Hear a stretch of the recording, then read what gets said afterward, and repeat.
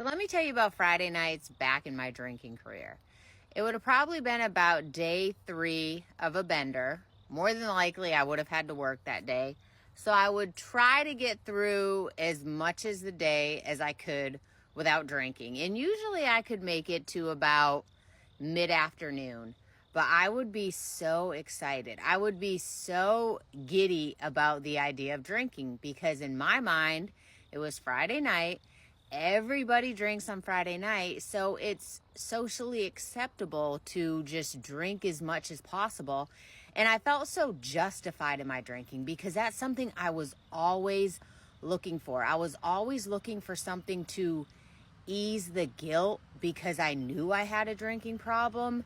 And for some reason, Friday nights just did that for me. So I would post a picture on social media of my glass of wine just because I felt like I wanted to show the world like I was a normal drinker because like I said, in my mind, it felt normal to be drinking on a Friday night. Now, I wouldn't have done that on a Monday night because, I wouldn't want people to know that I was drinking on a Monday night because that would mean I had a problem. But that picture was such a lie because I was trying to make it look like that was my one drink and I was just a social drinker, and where it may have been just the first drink, but it was probably the first of 15 to 20 drinks I was going to have that night. But after I had that first drink, I was done. I had no control.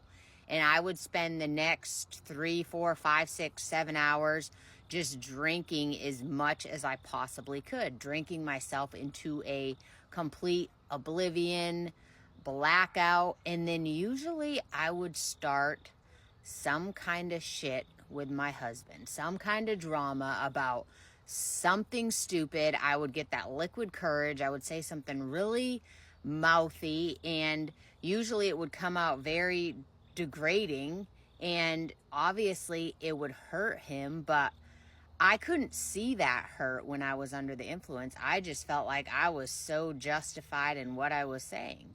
Or I would try to interact with my kids, and they were old enough to know how drunk I was, and they hated how drunk their mom was. But I would try to be like the cool mom in just some very dumb way. Like, it's just cringy to think about it now.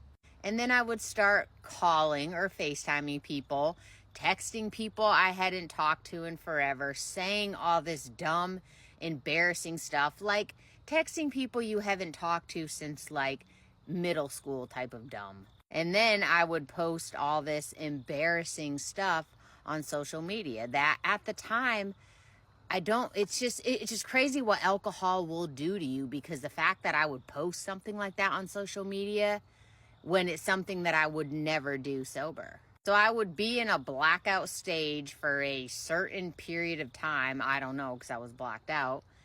But then eventually I would just pass out. And then the hell would come at about 3 a.m. Don't know why it's always 3 a.m., but if you know, you know, where I would wake up in a full-blown panic. Heart racing, just palms sweaty, my mouth would be stuck shut, fermented, trying to figure out where I am. Am I on the couch? Am I in my bed? Just trying to have that moment of clarity, but like I feel like I couldn't get to that moment of clarity. And I noticed my breathing would be really shallow, and I could literally hear my pulse in my pillow in my ear.